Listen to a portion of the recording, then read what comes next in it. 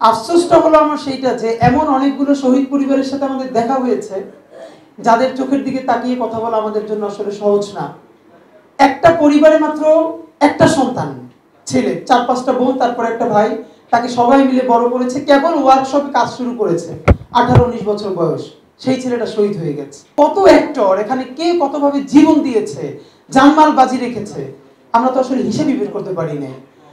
এইরকম অগণিত পরিবার যাদের পরিবারের সেই প্রধান উপার্জনকারী।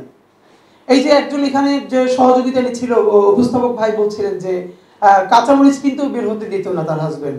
একই অবস্থা ঘটেছে বনশ্রী, শহীদ মুসলিউদ্দিন, লন্ড্রির কাজ করেন। উনি গুলি দেখে আর থাকতে পারেন নাই, উনি গেলেন, শহীদ হয়ে গেলেন। শহীদ মুসলিউদ্দিনের পরিবারের সাথে এরকম 10-12টা পরিবারের বাচ্চাদের সাথে আমরা ঈদের দিন দেখা করেছি। মানে ওনার একটা সন্তান, ছেলেটা অটিস্টিক, কেউ যে দায়িত্ব নিবে সেই অবস্থা না, কোনো বাসায় গেলে এটা ভাঙচুর করে, ওটা ভাঙচুর করে। আর আমার ওয়াইফ সারা জীবনে একবার ঘর থেকে কাঁচামরিচ কেনার জন্য বের হয় নাই। এখন তার সারা জীবনে, মানে এখন কি করবে আপনি ভাবেন, এরকম কতগুলো পরিবার, মানুষ কতটুকু কন্ট্রিবিউট করে পরিবারগুলোকে চালাবে। আজকে রিদম ট্রাস্ট যেটা করলো, যে 6 জনকে দিল, এইটা নাগরিক উদ্যোগে করতে হবে, জারি রাখতে হবে, কিন্তু এইটা কি রিদমের কাজ? এইটাকে আরো 10টা, এটা তো থাকতে হবে। তাহলে রাষ্ট্র বলতে জিনিসটা কোথায়?